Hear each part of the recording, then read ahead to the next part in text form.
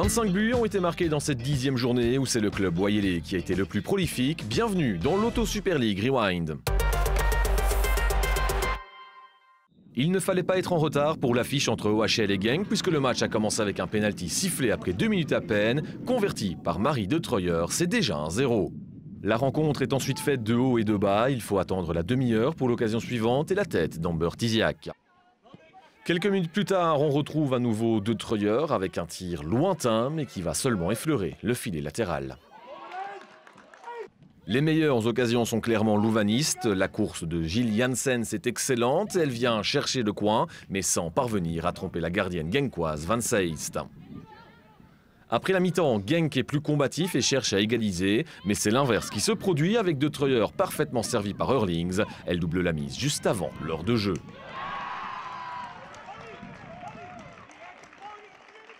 Genk ne s'est pas laissé abattre pour autant et sur ce coup franc de Sien van der Sanden, Lorraine Martin réduit l'écart après être monté au jeu. Le suspense reste entier.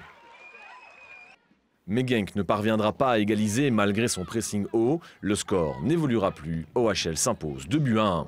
Les louvanistes conservent donc le maximum de points et restent au sommet du classement. Mais elles ont dû rester concentrées jusqu'au bout face aux courageuses Limbourgeoises. Ik denk dat we inderdaad gebibberd hebben, maar tijdens bibberen ook geen dusdanige grote kansen weggegeven. Ik denk stilstaande fase, dat wisten we dat ze daar heel gevaarlijk op zijn. Je moet sneller handelen, altijd onder druk, op momenten goed gevoetbald. En dan moet je een beetje geluk hebben. En dan soms ook beslissingen genomen van de scheidsrechter. Niks tegen de scheidsrechter helemaal niet. Ja, soms het voordeel, soms een nadeel van ons. Ja, dat is jammer, maar hoort er ook bij. Dat is ook, je moet ook leren mee omgaan. Maar ik denk wel, het was wel een goede wedstrijd. Maar het is jammer dat wij 0 punten pakken. Maar ik denk dat Genk wel op goede weg is, denk ik. Gand-Anderlecht était un duel entre vieilles connaissances, d'un côté comme de l'autre. Maximus est passé des Mauves au Buffalo, alors que Jacobs, Van Weinsberg et surtout Dave Matheus ont fait le chemin inverse pendant l'intersaison. Voor mij was het een dubbel gevoel. Ik heb hier toch bijna 9 jaar gezeten, dus ik kende de weg heel goed. En het was raar als ik hier in het complex aankwam dat ik een andere afslag moest nemen en richting een andere kleedkamer gaan. Maar ik denk dat het leuk is terugkomen. Sur le terrain, tout commence par une longue recherche du chemin qui mène au but. La Gantoise neutralise bien son adversaire et laisse très peu d'espace. La gardienne Maas a d'ailleurs attendu la demi-heure de jeu pour se distinguer une première fois avec cette belle intervention sur le coup franc de Marie Minart.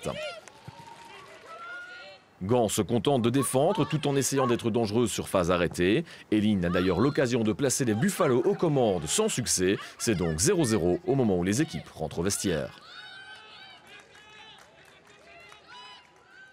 Les Flandriennes ont les crocs pour entamer le deuxième acte et une nouvelle possibilité de prendre les devants avec Matthijs. Mais Delooz dégage de justesse sur la ligne.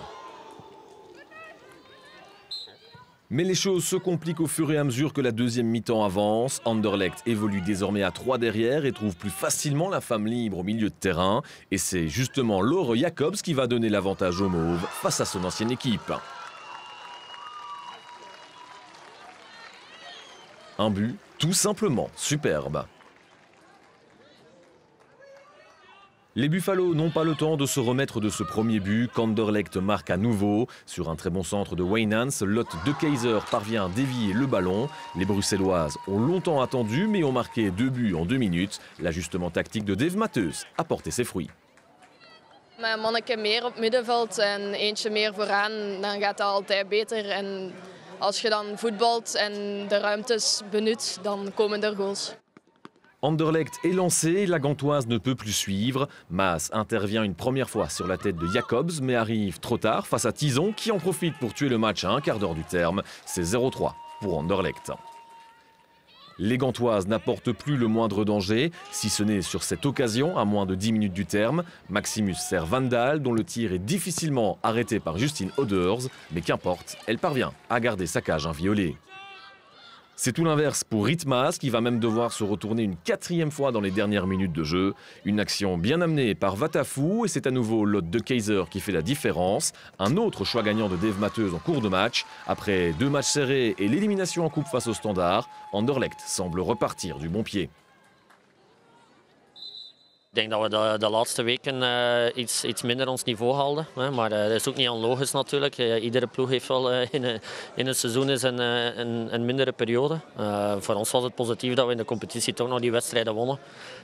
Dinsdag was een ander gegeven. Dat was meer vechtvoetbal dan echt voetbal. En daar zijn we gewoon overpowered door een tegenstander. Ik denk dat we nu vooral weer vooruit moeten kijken en proberen onze volgende match zo goed mogelijk af te haspelen. La Gantoise a aussi été sortie en coupe, éliminée par Conti, club de 2e division. Elles doivent se contenter de la bonne première mi-temps face au champion en titre. Ik denk dat we heel trots mogen zijn van de eerste 45 minuten. Organisatorisch heel goed. Weinig tot niks weggegeven. Dus daar mogen we heel trots op zijn en mogen we op verder bouwen. Tweede helft pak je op 2 minuten tijd 2 doelpunten. En dan weet je bij onze jonge groep dat het ook moeilijk wordt. En in mijn ogen is de 4-0 misschien iets te veel. Maar oké, we kunnen bij sommige momenten toch trots zijn op de ploeg. Le club Wayelais avait besoin de prendre les 3 points à domicile face au White Star Woluwe pour ne pas perdre le contact avec le haut du classement. Mais Woluwe se montrait robuste d'entrée de jeu. Van Mechelen parvient à tirer tant bien que mal à 2 reprises, mais est à chaque fois contré. Les Brugeoises n'ont finalement pas trop attendu pour trouver l'ouverture. Servi par Van Mechelen, Ario ouvre le score au quart d'heure. C'est 1-0 pour le club Wayelais. Le White Star se crée des occasions mais ne parvient pas à les concrétiser. Jusqu'à ce coup de main du club Wayelais. À la retombée du corner, Boutiebi envoie le ballon dans ses propres filets. C'est 1 but partout après 25 minutes. Mais le partage ne va pas durer longtemps. 10 minutes plus tard, Ario est parfaitement placé à la retombée du tir de Matavkova. Un peu de réussite, mais son doublé permet de remettre Bruges aux commandes.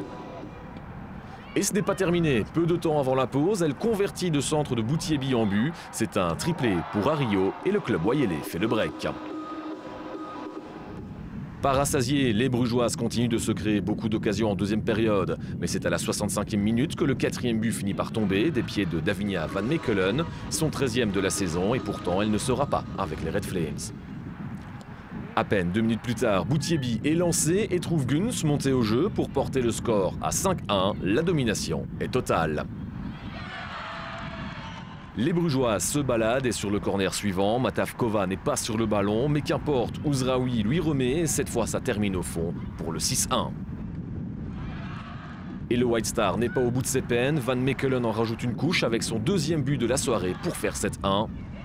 Eida clôture le spectacle avec le 8e but dans la dernière minute de jeu, mission plus qu'accomplie pour le club Wayelais. Ik denk dat we de eerste 20 minuten wel goed stand hadden en het systeem spelen dat we moesten spelen. Maar daarna hebben we krijgen een goal tegen, laten onze koppen hangen. En dan was de teamspirit een beetje zoek.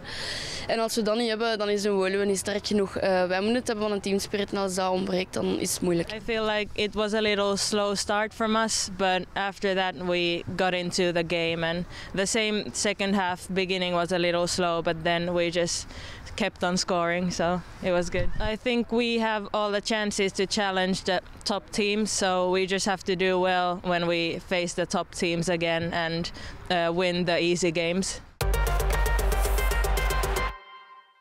C'est au Pays Noir que Charleroi recevait le Standard dans le choc wallon version féminine. Sans surprise, ce sont les Liégeoises qui ont la possession du ballon, mais elles se heurtent d'entrée de jeu à l'organisation Carolo. Les Zèbres parviennent à faire le dos rond et à résister au Standard de plus en plus insistant. Et la réussite est de leur côté à la demi-heure de jeu avec le poteau qui repousse l'envoi de Nelissen. Mais Charleroi ne parvient pas à garder le ballon bien longtemps et le Standard reste l'équipe la plus dangereuse. La preuve avec l'action amenée par Katinus et conclue par Gelders. 0-1, c'est le score. À la mi-temps, un avantage bien mérité. Le scénario n'est pas bien différent en deuxième période. Le Standard est à l'offensive et Charleroi tente de résister. Mais à l'heure de jeu, Gelders est cette fois à l'assist pour Merkelbach. Le Standard creuse l'écart, c'est 0-2. Un écart qui va encore grandir 10 minutes plus tard, avec un petit peu de réussite puisque le centre est dévié, mais Gelders, encore elle, parvient malgré tout à faire 0-3.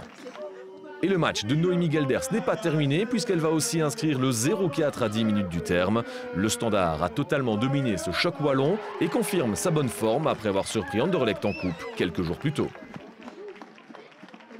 On sait qu'on est prête, on sait qu'on est là. C'est vrai qu'on a eu 3 matchs en une semaine. Donc physiquement, c'était un peu plus compliqué. Après, voilà, on a un peu fait tourner l'équipe aussi. Donc Donc non, ça s'est très bien passé, mentalement ça s'est très bien passé. Ici on est sur une bonne période. Le match s'est même terminé sur un pénalty converti par Cauterels pour faire 0-5. Le Standard a tout simplement surclassé Charleroi. C'est des erreurs de jeunesse, elles continuent à porter le ballon alors qu'il faut essayer de jouer plus collectif pour éviter de perdre justement les ballons dans les zones dangereuses. Voilà, c'est l'apprentissage qui continue et on va régler ces problèmes, ça c'est sûr et certain. Mais je vous dis, moi j'ai pas à rougir, je pense qu'elles ont donné ce qu'elles avaient à donner. Alost et Malines avaient toutes les deux 3 points au compteur avant le coup d'envoi. C'était l'occasion idéale pour renouer avec la victoire. Et les Malinoises ne ratent pas leur entame de match avec Stavers bien placé pour terminer l'action. Faute de main ou pas, le ballon termine au fond, c'est 1-0. 5 minutes plus tard, la très jeune Siska Demoulin, 16 ans à peine, est bien placée pour doubler la mise. C'est un départ de rêve pour le KV qui avait toutes les peines du monde à marquer ces dernières semaines. Et le Malinois continue d'attaquer avec le centre de Van Entenreyck pour Rakelboom juste à côté.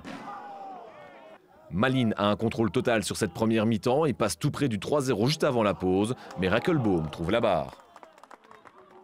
Et quand Alost réagit sur coup franc, Bacarne reste attentive. En deuxième période, Malines continue sur sa lancée et après 2 minutes à peine, Stavers plante le 3e et douche déjà les faibles espoirs d'Alost.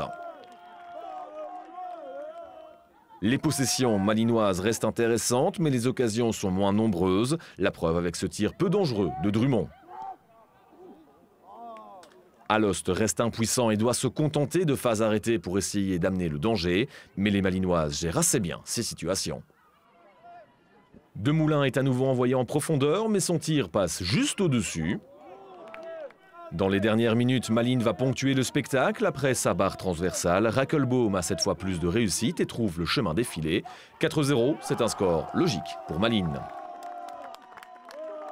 Côté Alostois, la déception est tout simplement énorme. We zitten gewoon in een negatieve vibe, denk ik. Het gaat al weken niet top. We zitten met geblesseerden. Hopelijk dat we na deze week rust er terug met veel moed kunnen aangaan. En ja, we zien wel wat de rest brengt.